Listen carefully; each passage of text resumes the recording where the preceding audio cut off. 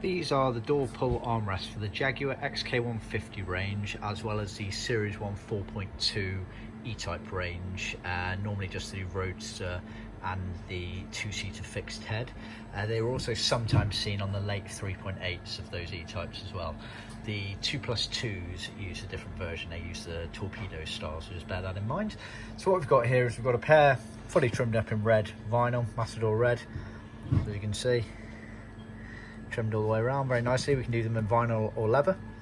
And then what we have here is the assembly part, so we can actually sell it like this. This is obviously just one armrest here. We sell them in pairs. So the assembly part is made up of the moulded grey plastic, which is the bottom section. You then have the metal strip, the formed rubber, and this here is the chrome section that goes around. It's obviously got tape on it to protect it, but that's effectively that piece there. And then you get the screws here, which are used to insert into here.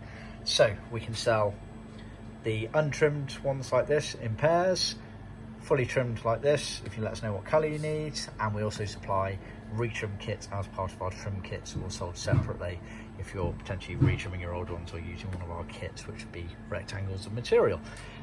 See our website for details.